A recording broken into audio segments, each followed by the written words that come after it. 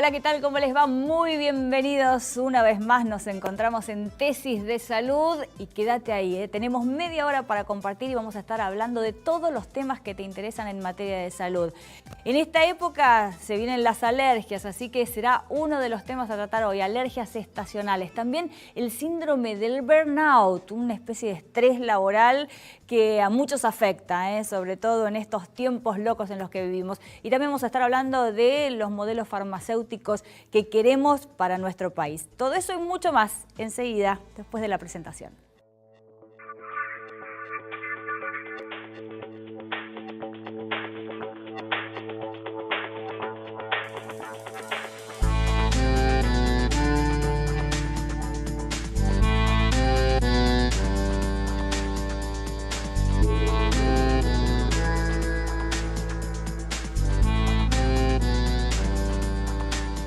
Bueno, está con nosotros Guillermo Capulla, médico cirujano, especialista en urología, Sí, urólogo. ¿no? Sí, urólogo. ¿Qué tal? Buenas tardes a todos. Urólogo.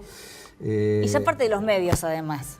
Y también es una que especie tengo, de colega. tengo una diplomatura en comunicación científica y médica, lo que me permite un poco hablar de todos los temas relacionados a la salud. Bueno, un placer tenerte hoy en el programa, Guille. Y nos queríamos dedicar, dado que estamos en época, totalmente, a las alergias estacionales. Un temón.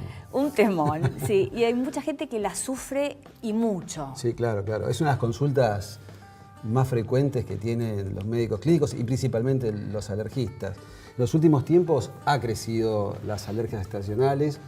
Se calculaba que antes, hace unos 20 años, un 20-25% de la población podía tener este tipo de alergias. Ahora se calcula quizás que la mitad de la población para el 2025 va a tener este tipo de alergias, quizás debido a un tema de epigenética, o sea, el medio ambiente que nos va modificando y condicionando, pero en esta época que empieza a haber moho, esporas que van volando y también algún tipo de polen, todo esto nos genera este tipo de molestias, como tenés vos en este momento, sí. Que tenés un poco de tos, catarro, te sale agüita por la nariz, rinorrea, ojos rojos, lagrimeo.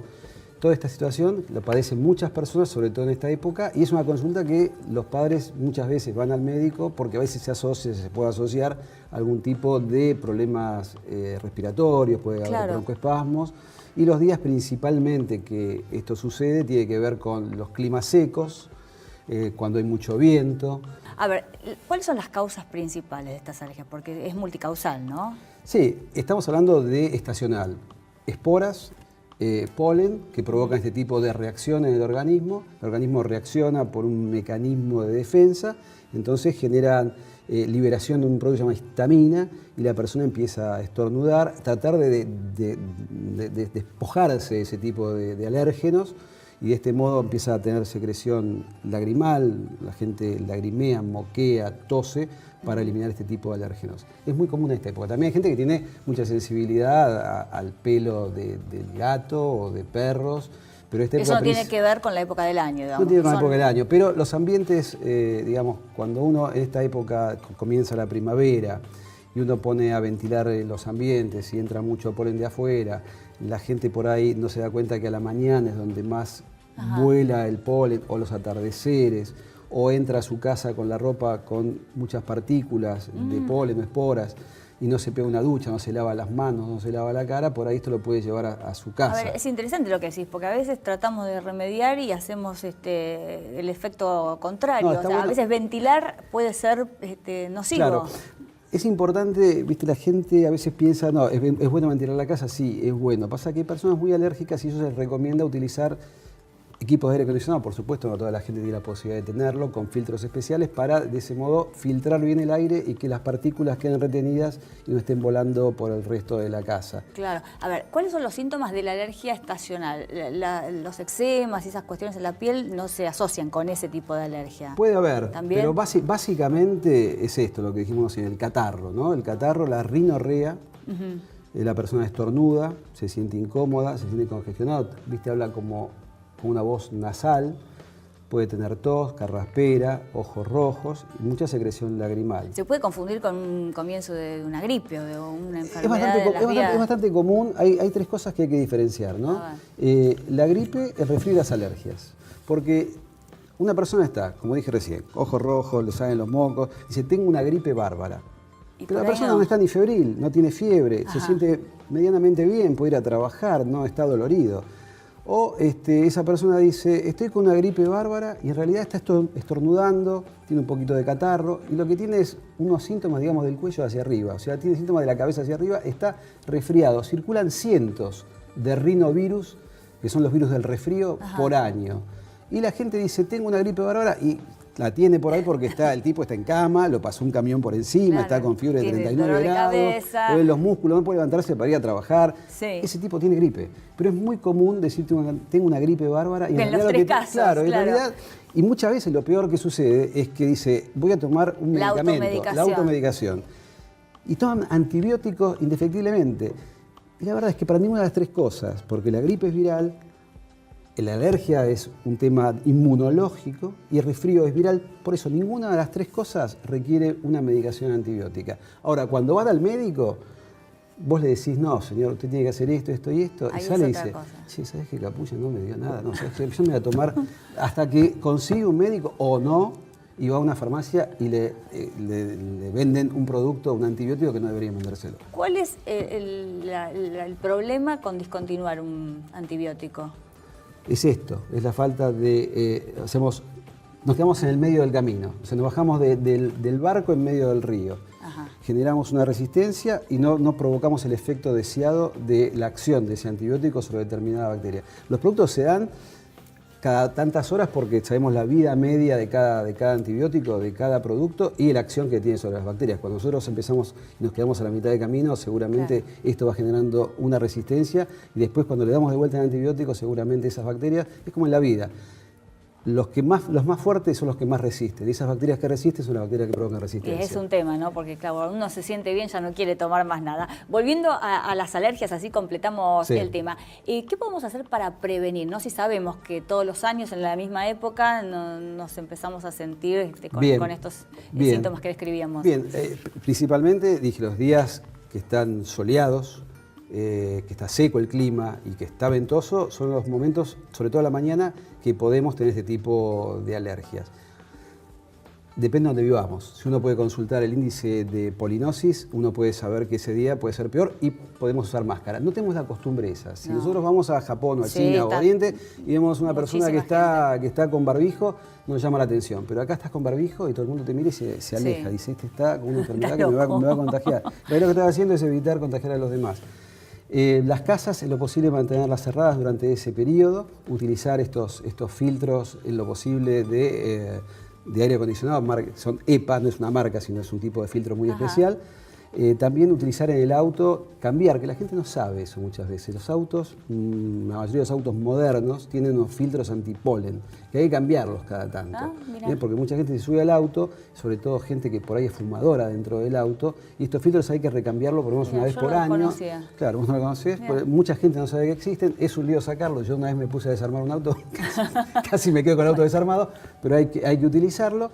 Y si uno tiene este tipo de alergias, uno lo puede prevenir, como dije, consultando al médico, por ahí tomando alguna medicación para evitar este tipo de reacción desagradable, de estornudos, de picazón, puede tomar algo. A veces hay corticoides inhalados que tienen una acción local que se lo prescribe el médico, que se puede utilizar por vía nasal o por vía oral. Y de este modo tratar de evitarlo. Si uno comienza y sigue con estos síntomas, por supuesto consultar con su médico para profundizar un poco en el tratamiento y de ese modo evitar un mal mayor, por supuesto. Perfecto, Guille, un placer como siempre. Y la idea en esta época tan linda es poder disfrutarla, ¿no? Sin esta incomodidad, así que claro hacerle caso. Claro que sí. Un placer. Gracias, muy amable. Hay más tesis de salud, quédate.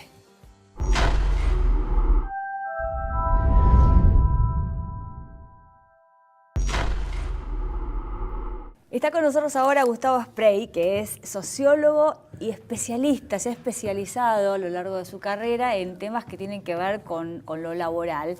Y vamos a hablar con él de un tema muy, pero muy interesante, un tema muy vigente y lamentablemente que mucha gente está sufriendo hoy. Y es el síndrome del burnout. Seguramente lo han escuchado nombrar. Antes todo era estrés. Todo lo que nos pasaba en este sentido era estrés. Ahora hablamos de burnout. ¿Qué tal? ¿Cómo estás? Bien, ¿qué tal? Muchas gracias por invitarme. Bueno, es una expresión en inglés que tiene que ver con estar quemados, Sí. ¿no? Y así también lo decimos nosotros en nuestro idioma. Es difícil tener una traducción textual y literal. Se lo conoce como el síndrome de estar quemado en el trabajo. En realidad viene de la salud. Originalmente es un estrés que se detecta en el área de la salud. Es muy nuevo. ¿Sí? Las primeras experiencias son a partir de la década del 70 en una clínica psiquiátrica donde se trabajaba fundamentalmente con adictos. ¿Sí? Y bueno, se empezó a ver que la mayoría de las personas que trabajaban y colaboraban, no solo desde el punto de vista profesional, sino también social, se empezaban a contagiar, a tener ciertas conductas y comportamientos como mimetizándose, ¿sí? Con los enfermos, ¿no? Los padecientes. En general, hoy está bastante abierto, ya se habla del síndrome de burnout en distintas áreas laborales, para de alguna manera diferenciarlo de lo que es el estrés. A ver, podemos hacer la diferenciación. Vos Bien. decías, es bastante nuevo. Bastante nuevo es el nombre, el diagnóstico o la patología en sí misma. En realidad esto existe hace muchos años. La primera experiencia que aparece es en la década del 60, ¿sí? En Estados Unidos, donde empezaron a haber comportamientos disfuncionales que se repetían en oficiales de la policía, entonces donde veían que el aspecto profesional de alguna manera estaba condicionado por el aspecto, que lo laboral y lo profesional estaban condicionados y se mezclaban. Se empezó a investigar. Es nuevo en sí, ¿por qué? Porque busca, si bien es un estrés, busca diferenciárselo. ¿De qué se ¿Cuál trata? es la diferencia con el estrés? Trabaja tres aspectos. Uno, lo que es el aspecto emocional, ¿sí? La fatiga emocional. Luego aparece la despersonalización, lo cual hace que uno empiece a estar ya no tan involucrado en lo que hace con respecto al trabajo. Y luego una cuestión de la autoestima, la desvalorización personal, ¿no? Una cosa es despersonalización y otra cosa es desvalorización. Por ejemplo, esto se ve mucho en la salud. ¿Cuál es el área que principalmente se vio afectada en la salud? Fue la enfermería. ¿Tá? La enfermería, ¿por qué? Porque están en contactos con otros, con la mortalidad, la morbilidad y el dolor del otro. El dolor del otro, de alguna manera, a veces se confunde con mi propio dolor. Es complejo. La enfermería en particular, que es un acto de servicio muy especial, siempre digo que la enfermera antiguamente era empírica, ¿no? La enfermera se hacía sola, hoy ya está más formada técnicamente y de carrera, pero bueno, se fue haciendo sola y obviamente empezó a marcar estas realidades que tenían que ver con su desvalorización, despersonalización, estar irritable, no disfrutar del trabajo. Ahí aparece algo que yo lo trabajo mucho, que se llama el síndrome del domingo a la noche, más que el burnout, es mi angustia porque mañana tengo que ir a trabajar, no por el hecho de trabajar en sí, sino el contexto. ¿Tá? A ver si capaz voy muy bien, el contexto en sí, porque son varios factores que van apareciendo. La falta del deseo sexual, la falta del deseo de estar con otros, uno empieza a ser mucho más introvertido, está mucho más irritable, y hay algo muy particular que lo empieza a marcar. Empiezo a cometer errores, ¿sí? Profesionales y laborales a partir de prácticas cognitivas sumamente internalizadas, es decir, no es admisible cometer ese tipo de errores. Ajá. Eso es como síntomas, ¿no? Uno a partir de eso detecta que está atravesando este síndrome. Ajá. Ahora, ¿cómo se trata? Porque es difícil, yo al otro día tengo que ir a trabajar. Es complejo, por eso es tan complejo, es un síndrome y no es un estrés laboral simple. Primero darse cuenta, ¿no? Porque uno empieza a darse cuenta que hay cuatro lugares donde se manifiestan, que tienen que ver con lo emocional, tiene que ver con lo cognitivo, que hablábamos recién, lo aprendido, lo profesional, luego tiene que ver con lo conductual y luego tiene que ver con lo social. Entonces, ¿qué me pasa a mí, por ejemplo, para darme cuenta que tengo burnout? Me peleo con todo el mundo, empiezo a tener una relación muy fría de pronto con el paciente. Te hablo de la salud, ¿no? Sí, en este caso. sí. Con el paciente, con mis colegas, empiezo a marcar distancia, hablo poco. El hablar me irrita, que el otro hable me irrita. Empiezo a tener problemas de vínculo y relación con mis compañeros. Empiezo a tener lo que se llama absentismo o ausentismo laboral, faltas que no tienen un justificativo. No, pierdo el placer por lo que hago. Pierdo el entusiasmo por lo que hago. Pasión. Más que la pasión está muy ligada al entusiasmo, ¿no? Pero empiezo a darme cuenta que lo que hago no me gusta, ¿no? Sí. ¿Cómo prevenir? Primero, el factor organizacional es clave, ¿sí? El empezar a observar a la gente en cuanto a sus conductas y comportamientos es clave. Uno es consciente que tiene burnout, de las dos maneras se dice, y una vez uno no es consciente. Algo me pasa. Hay 22 ítems que hacen al inventario, que te contaba más, de los cuales 12 empiezan con I feel, yo siento. ¿Qué sentís? ¿Qué te pasa? Entonces empiezo hablando de lo que me pasa. Me pasa que hoy no disfruto de lo que hago, me pasa que hoy tengo problemas de vínculo con los demás, me pasa que en mi familia tengo discusiones todo el tiempo o las genero si no están, y empiezo a buscar problemas y dificultades donde no los hay. Sí, está claro. Ahora, ¿tiene tratamiento? ¿Es corto? ¿Tiene un tratamiento? No, no es corto. ¿sí? Claro, me imagino no que, es corto. que no debe ser Todo fácil depende, salir una vez que uno llega a ese estado, ¿no? Todo depende del grado de avance del burnout. Por eso la clave es prevenir, por eso es muy importante lo interdisciplinario dentro de las instituciones del área de la salud. Hoy ya no hablamos solo de la salud, sino decimos que inclusive en un call center de pronto un teleoperador también sufre burnout. En cualquier en el ámbito público, aquellas personas que atienden e interactúan con el contribuyente también. Tiene que haber equipos multidisciplinarios, ya sea psicólogos, sociólogos, psicólogos sociales, gente del área de recursos humanos, y mucho tiene que ver el contexto laboral también. Claro.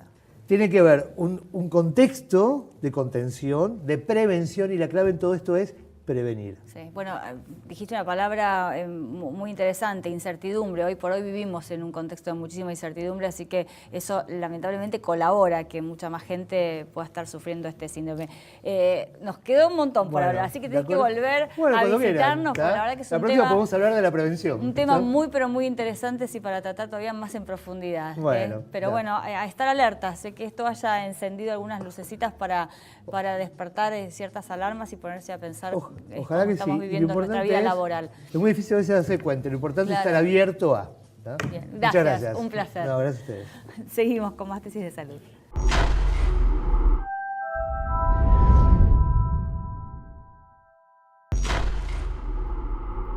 Bueno, hay un tema que tiene mucha vigencia hoy en día que tiene que ver con el modelo de farmacia, el modelo de farmacia que queremos, el modelo de farmacia que como sociedad necesitamos, ¿no? Y que, bueno, es bueno para que todo el mundo tenga acceso justamente a los medicamentos. De esto vamos a hablar con Isabel Reynoso, que hoy está con nosotros, que es presidenta de la Confederación Farmacéutica Argentina, la COFA. Gracias, Isabel, por estar hoy. ¿Cuál es el modelo de farmacia que se impulsa desde la organización que vos presidís, desde la COFA? Sí, claramente desde la Confederación Farmacéutica y los colegios asociados, el modelo de farmacia es el modelo sanitario, que es aquel que procura el acceso al medicamento a la comunidad. O sea, nuestro servicio, nuestra profesión está destinado a la gente. O sea, si nosotros no logramos que la gente acceda al medicamento, la realidad es que estamos haciendo muy mal las cosas. Y hay claramente en el mundo dos modelos.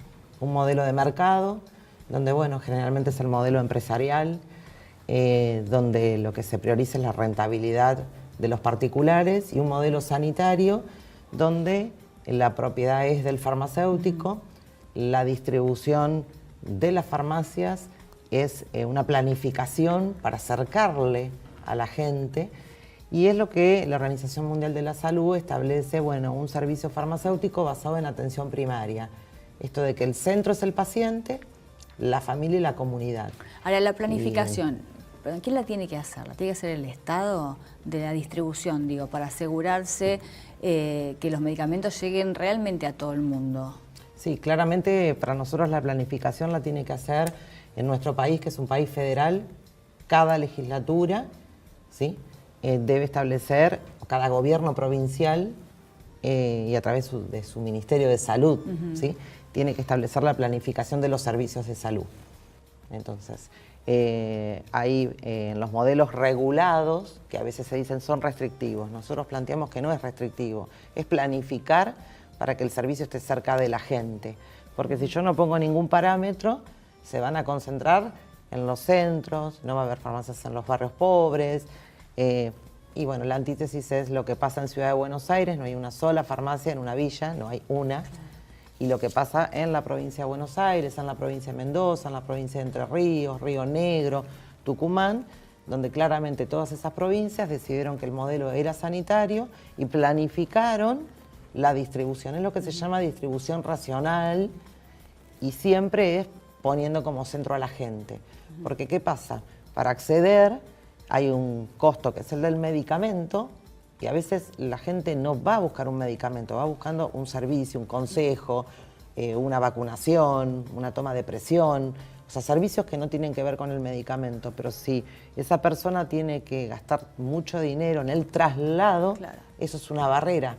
Entonces, la Organización Mundial de la Salud establece que los modelos regulados o planificados son los mejores para la gente, que en definitiva es lo que siempre se busca. Sí, bueno, eso es lo que hay que entender, ¿no? Porque uno a veces es un poco individualista y dice, bueno, a mí me resulta interesante que en una farmacia pueda tener también otro tipo de artículos. Yo cuando viajo a los Estados Unidos veo que las farmacias, ¿no? Bueno, venden un poco de todo, pero no nos detenemos a pensar que ese modelo hace que mucha gente no pueda acceder a medicamentos, que esas farmacias por una cuestión comercial se instalen solo en grandes centros urbanos, ¿no? Sí, esto es así. Los modelos regulados, por ejemplo, España, Francia, Alemania, donde la propiedad es solamente del farmacéutico y tienen un establecimiento cada tantos habitantes, cada tantos metros, son los que tienen el precio más barato. Entonces es un mito que cuando se desregula el precio baja. El precio no tiene que ver con la distribución de la farmacia no es formadora de precio. El precio tiene que ver con lo que es la prescripción, ¿sí? Con establecer un vademecum de medicamentos esenciales y tiene que ver con el tema claramente del control de precio que establece cualquier gobierno para que los medicamentos, por lo menos los esenciales, tengan, digamos, un precio más barato. Ahora, la farmacia también tiene que ser rentable para el farmacéutico porque vive de eso, ¿no? ¿Cómo se hace para que esas farmacias instaladas en determinados lugares que no son grandes centros urbanos también sean rentables? ¿Necesitarían alguna ayuda del Estado, algún tipo de subvención? Nosotros hablamos de que tiene que ser sustentable, o sea, una vez habilitada, en nuestro país lamentablemente no hay ningún tipo de subvención, ¿sí? Hay países. Miramos mucho el modelo de España porque precisamente es el modelo más regulado y que más acceso tiene la gente y mayor cantidad de servicio y mejor servicio. Bueno, las farmacias rurales no pagan impuestos. Claro. Por ejemplo. Tiene que haber algún beneficio, ¿no? Para hay ciertas zonas que son... incentivarlo. Nosotros en nuestro caso, para el caso de la provincia de Buenos Aires, es el colegio. Nuestro colegio de farmacéuticos hace una promoción y ayuda a los farmacéuticos que se quieran radicar en poblaciones de menos de 3.000 habitantes, porque si no, no iría nadie. Hay que ayudarlo y además también hay que hacer que la droguería, que es el que le repone los medicamentos, vaya mañana y tarde, porque si esa farmacia después no tiene reposición de medicamentos, no puede dar el servicio a la gente.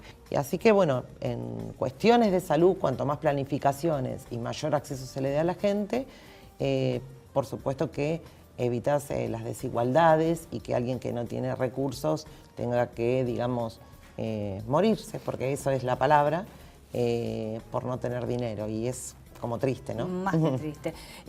Hoy hay todo un conflicto con el tema de bueno, las leyes profesionales en las provincias, ¿no? Para que farmacéuticos sean dueños de farmacias, se están judicializando el tema, ¿no?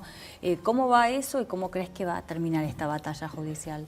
Sí, básicamente es una empresa que, bueno, es la empresa PharmaShopping, porque lo que quiere hacer es transformar el modelo sanitario en modelo de mercado para rentabilidad de esta propia empresa. Obviamente nosotros no estamos de acuerdo, está judicializada la provincia de Buenos Aires. Esto es importante porque el juicio no se lo hace a los farmacéuticos, se lo hace a los bonaerenses. Lo que no pudo cambiar en la legislatura va a la justicia. Me parece que eso es atentar contra los poderes independientes del Estado. Las legislaturas, por debate, como en toda democracia, se tiene que planificar esto y no que si no me gusta una ley, un particular vaya a la justicia a querer cambiar el artículo que no le es cómodo y que cada uno se haga una ley a su medida. Me parece que hay que pensar en la gente, primero, como dije anteriormente. Después está judicializado Mendoza y Santa Fe. Hoy por hoy el de Provincia de Buenos Aires está convocado a una audiencia pública, que era para el día 29 de agosto. La audiencia se suspendió, estamos a la espera de una nueva fecha. Y bueno, sí se presentaron más de 50 amigos del tribunal, muchos apoyando al modelo sanitario, porque es un modelo que da resultados y es el mejor modelo para la gente. O sea, no hay ninguna prueba en ningún país del mundo que poniendo por encima el mercado y la rentabilidad por encima de la salud se beneficie la gente. Esto es así. Y podemos comparar un montón de países donde, digamos, existe esta experiencia y si vamos a Chile, ha pasado eso. Hay pueblos enteros y localidades que se han quedado sin servicio por haber desregulado y encima las grandes cadenas de farmacias están denunciadas por colusión, o sea, se ponen de acuerdo, levantan los precios y eso no se ve en lo inmediato, pero sí se ve al pasar del tiempo y cuando se destruye toda la red sanitaria, después cuesta volver a armarla. ¿no? Por supuesto. Así es. Bueno, Isabel, muchísimas gracias y vamos a estar siguiendo desde Tesis muy de cerca la evolución de este conflicto. No, muchas gracias.